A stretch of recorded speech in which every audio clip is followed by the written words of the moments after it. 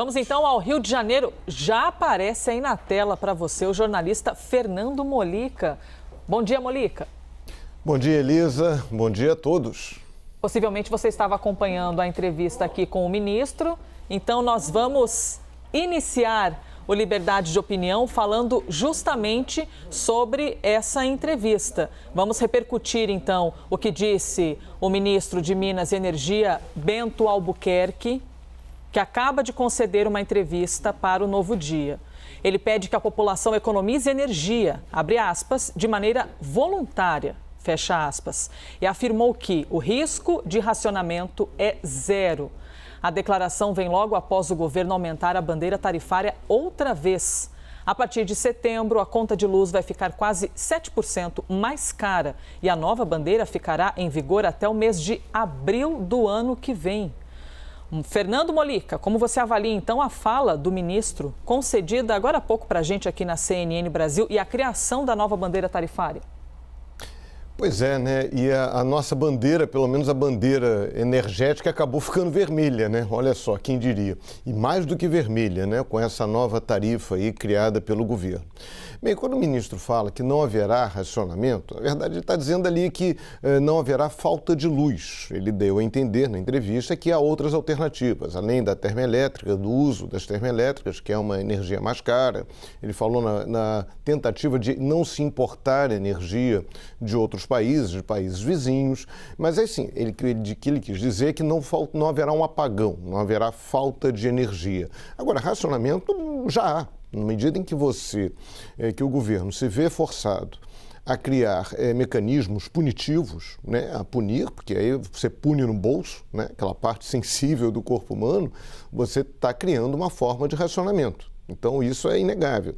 E foi feita uma pergunta que a Luciana, minha colega aqui de bancada, fez a pergunta sobre o horário de verão e o ministro deu uma escapulida. Falou, olha, vamos ver, tal, é uma das alternativas, vamos estudar tudo. Te lembra que assim que assumiu o governo, o presidente Jair Bolsonaro decretou o fim do horário de verão. Ele não explicou muito bem o motivo daquela sua decisão, mas o horário de verão, por mais que seja percentualmente muito pequeno ali, a quantidade de energia economizada é importante. Tem especialistas aí falando que isso representaria uma economia em torno de 500 milhões de reais por ano. Então isso já vale a pena no momento que está apertando o bolso de todo mundo. Então o governo, isso aí não é questão pessoal. Acordar uma hora mais cedo, uma hora mais tarde, é uma questão que precisa ser avaliada. Agora, sobre a questão, existe um tema importante, que é a falta de chuva, né? Por mais que o presidente se ache manda-chuva, ele não tem como fazer chover, né? Isso não dá para nenhum presidente da República mandar chover, isso aí é com São Pedro, isso aí é outra história. Isso é grave, né? A gente está passando por uma seca histórica, uma dificuldade, uma queda no nível de chuvas muito alto. Agora, vem também a questão de planejamento. Primeiro, o governo demorou muito a tomar essa atitude. Semana passada mesmo, o presidente da República falou, apaga uma luz em casa. Não é apagar uma lâmpada, tem que apagar uma opção de coisa. Né, como o ministro, ontem, no seu pronunciamento e agora na entrevista, como o ministro disse. E há também uma questão histórica. A gente já conseguiu diminuir muito a nossa dependência de energia hidrelétrica, que já era, naquele apagão de 2001, era de 85%, agora tem 61%. Houve novas formas de energia, mas ainda é uma dependência muito alta. Aí é uma questão estrutural que este governo e os futuros governos têm que prestar muita atenção nisso. Com você.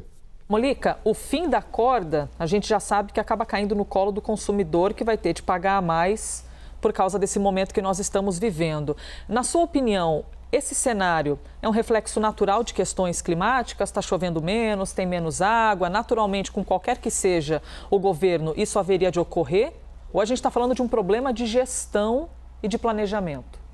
Olha, tem essa questão do governo atual de ter demorado para mostrar a gravidade do problema. Essas providências, desde ali mais ou menos maio, junho, já havia uma noção clara de que teríamos um período muito seco pela frente, que haveria dificuldade nisso, e o governo ficou quietinho. Nenhum governo gosta de dar más notícias, mas elas precisam ser dadas, o governo precisa dizer para a sociedade o que precisa ser feito para evitar um mal maior. Isso o governo demorou muito para fazer.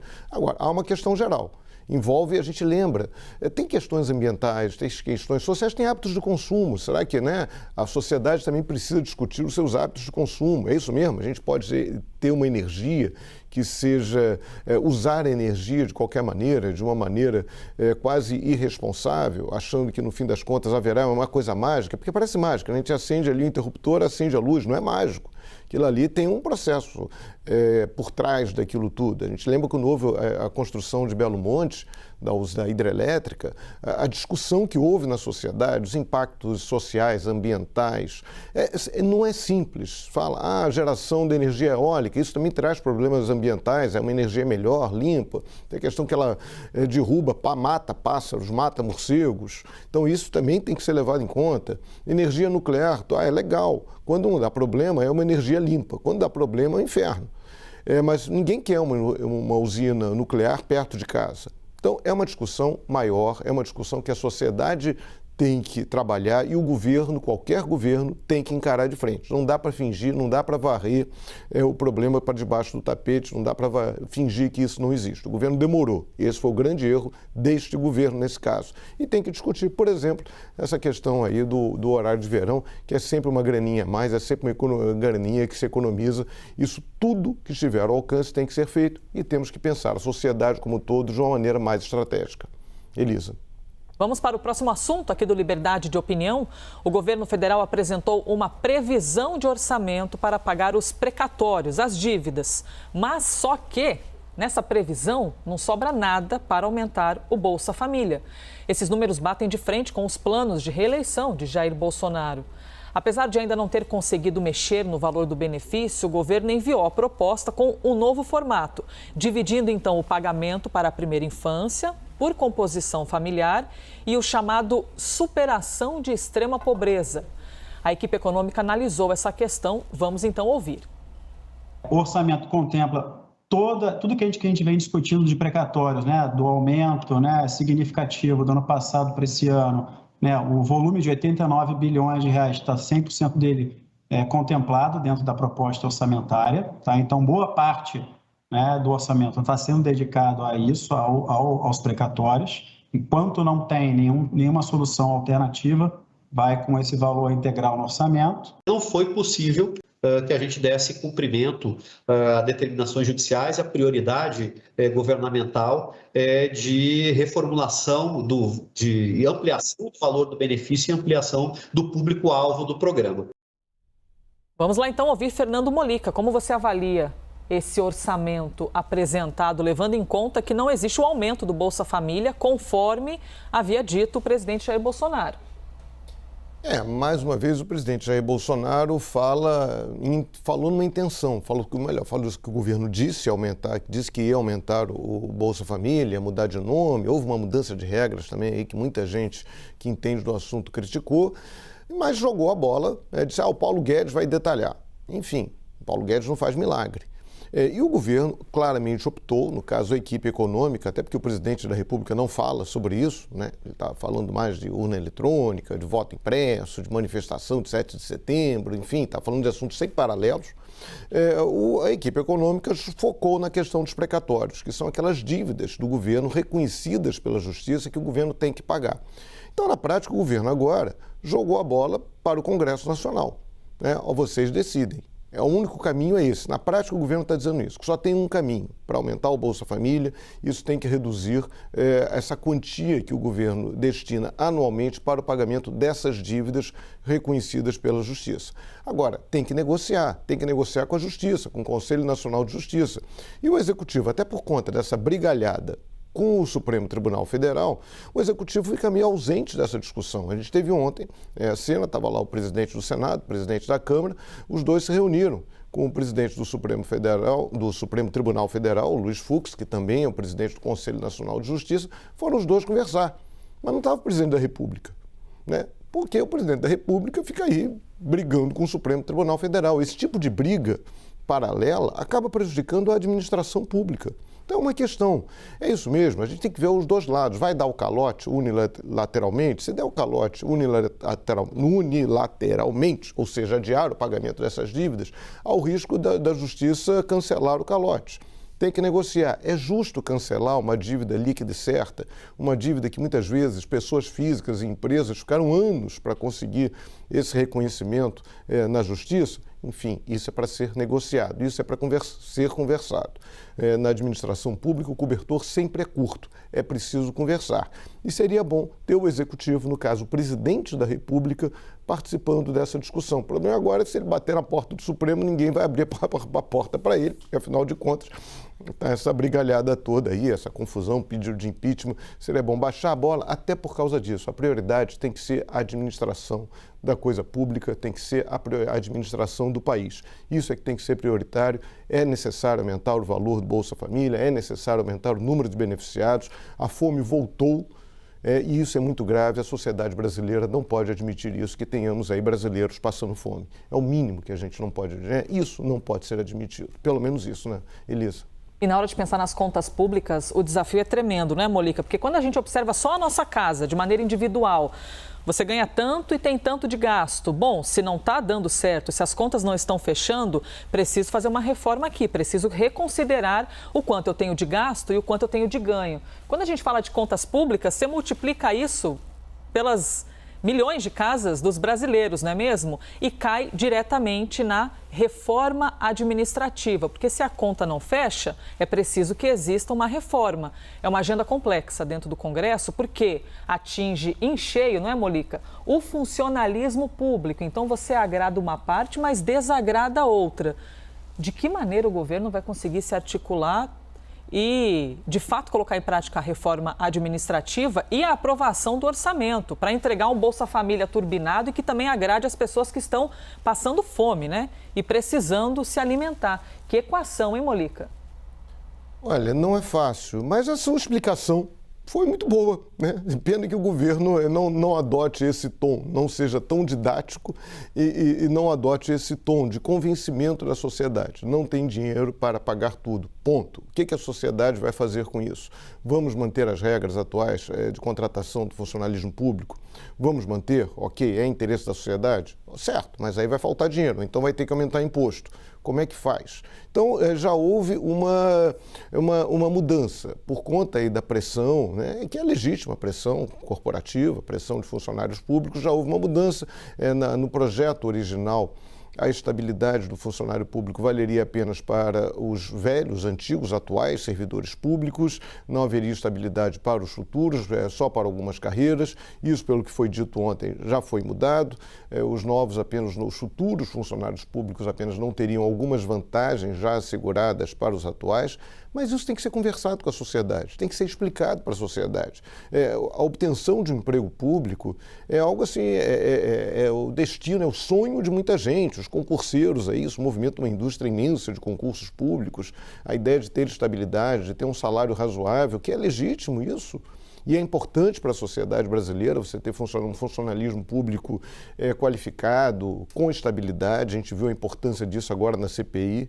Se aquele funcionário lá, o irmão do deputado Luiz Miranda, não fosse estável, dificilmente ele não iria prestar aquele depoimento, né? Então, isso é importante para a sociedade. Agora, tem um custo. Qual é esse custo? Como a gente vai conseguir isso? Sem ofender. O ministro Paulo Guedes se entusiasma muitas vezes nas críticas, aí faz um tipo de fala que é de privilégio, fala mal do funcionalismo público, e tem que abordar o funcionalismo público como um todo, não apenas o funcionalismo público civil.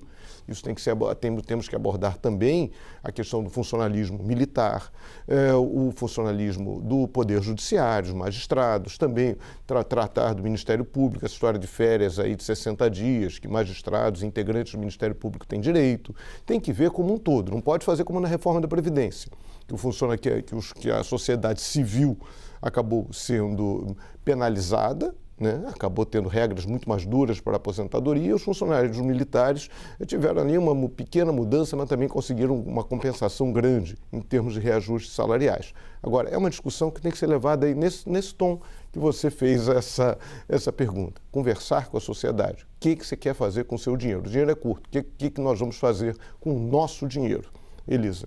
Já é difícil ajeitar as contas dentro de casa, imagina quando você tem responsabilidade em cima das contas dos outros, não é, Molica? Não tem jeito, mas quem senta na cadeira presidencial e dos ministérios está sabendo que o desafio é esse mesmo. Próximo assunto, seguimos ao vivo aqui em 8 horas e 31 minutos. A Justiça do Rio de Janeiro quebrou os sigilos bancário e fiscal de Carlos Bolsonaro, filho do presidente Jair Bolsonaro. O pedido foi do Ministério Público do Rio de Janeiro, que investiga a contratação de funcionários fantasmas no gabinete e a suposta prática de rachadinha no gabinete do vereador. O irmão dele, o senador Flávio Bolsonaro, foi denunciado pela prática em novembro do ano passado. E os casos se conectam. Na investigação, o MP identificou a presença de Ana Cristina Vale e família como parte de um dos núcleos de uma suposta organização criminosa que atuava no gabinete de Flávio quando ele era deputado estadual. A defesa de Carlos Bolsonaro afirmou que está à disposição para prestar esclarecimentos. A defesa de Flávio Bolsonaro afirmou que o caso está sob sigilo, que irá se manifestar nos autos e que desconhece irregularidades. A CNN procurou Ana Cristina Vale e aguarda até o momento um retorno. Molica, como você avalia então a quebra de sigilos autorizada pela Justiça do Rio de Janeiro? Olha, primeiro é importante frisar que essa quebra se deu no fim de maio deste ano, 24 de maio, não foi algo ocorrido agora, né? Antes que alguém comece a dizer que isso é vingança do judiciário por conta ali da briga do presidente com o Supremo Tribunal Federal, isso foi no dia 24 de maio e é uma medida mais do que correta, afinal de contas, os indícios de irregularidades são muito grandes, né? Indícios de quê? Indícios de que boa parte de salários de funcionários do gabinete do vereador Carlos Bolsonaro, boa parte desse dinheiro não ia para o bolso desses funcionários. E sim, há uma suspeita de que esse dinheiro iria para o bolso do próprio vereador. Então, isso são duas questões importantes. Se havia, digamos, essa taxa, essa mordida no salário desses funcionários e se esse dinheiro, fruto dessa mordida, ia para o bolso do vereador. São questões fundamentais, porque aí você tem que ver se houve desvio e se houve roubo de recursos públicos. A palavra é essa, né? Roubo de recursos públicos. E também ver se esses funcionários trabalhavam no gabinete do Carlos Bolsonaro. Essa tradição, a história da rachadinha, tem esse nome aí simpático, no diminutivo, mas isso é muito grave. Isso envolve o parlamento, várias casas legislativas do Brasil. Aqui no Rio de Janeiro já houve uma deputada estadual do PT que foi cassada, ela perdeu o mandato pela Justiça, por isso, que uma parte do salário de funcionários dos seus gabinetes era desviada aí para instituições, enfim. Então, isso é uma coisa suprapartidária, digamos assim. Agora, as evidências aí da família Bolsonaro são muito grandes, né? O Flávio Bolsonaro, esse caso começou com a história do Flávio Bolsonaro, quando ele era deputado estadual. As evidências do gabinete dele são muito grandes. Vários funcionários que não tinham crachá. Eu cheguei a fazer matéria, eu trabalhava num outro veículo, sobre isso, que a mulher daquele Adriano da Nóbrega, né, aquele policial miliciano que acabou sendo morto no ano passado, ela nunca teve crachá do gabinete para entrar na Assembleia Legislativa do Rio. E ela era funcionária do Flávio Bolsonaro. A mãe do mesmo miliciano, do Adriano da Nóbrega, ela passou um bom tempo também empregada no gabinete, e no início ela também não tinha crachá. Isso envolve o caso do presidente Jair Bolsonaro, do hoje presidente Jair Bolsonaro, quando ele era deputado federal. O site Intercept mostrou que a Natália, filha do Queiroz, que já foi funcionária formalmente estava lá na lista do gabinete do Jair Bolsonaro, deputado federal, não tinha crachá na Câmara dos Deputados. Ela, enfim, então se ela ia, ela nunca foi feita uma conferência em livro de visitas, ela nunca apareceu na Câmara dos Deputados. Então é uma suspeita, não quer dizer que ela não trabalhasse, mas é suspeito. Então agora isso envolve também o gabinete do Carlos Bolsonaro. Eu cheguei também a fazer matéria sobre isso, fui na casa de pessoas que supostamente trabalhariam mesmo, dariam expedientes lá no gabinete do Carlos Bolsonaro. Teve uma que conversou comigo, uma cidade da Baixada Fluminense, ela, não, eu trabalho mesmo por aqui, eu não vou lá. Histórias muito mal contadas. Vamos ver agora se o processo avança. Como o Carlos é vereador, ele não tem direito à imunidade parlamentar, não tem direito ao foro especial que tem o Flávio Bolsonaro, que a discussão, as investigações sobre Flávio Bolsonaro estão paradas por conta dessa história. Ele diz que quando o suposto crime aconteceu, ele era parlamentar, ele era deputado estadual, agora é senador, então ele teria direito, no caso, continuar em tribunais superiores. Tem uma confusão jurídica aqui, vai, não vai, muito grande. Na prática, as investigações sobre o Flávio estão paradas. Pelo visto, as investigações sobre o Carlos, pela condição dele ser vereador, e não deputado, e não senador, tendem a andar com mais velocidade e os indícios são muito grandes. Indício, aí tem um questionamento se ele teria usado esse dinheiro para comprar apartamento, enfim, isso aí tem que ser investigado. Vamos ver o que vai dar isso. Espero que isso não se resuma apenas a uma batalha judicial. Ah, consegue investigar aqui, para a investigação aqui, vai, não vai, não. Isso tem que ser esclarecido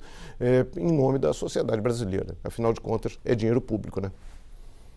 Fernando Molica, obrigada por mais um dia liberado para tomar aquele cafezinho com ou sem açúcar, não sei qual é a sua pedida. Bom dia. Com adoçante. Vamos lá, bom dia, um grande abraço. Tchau, tchau.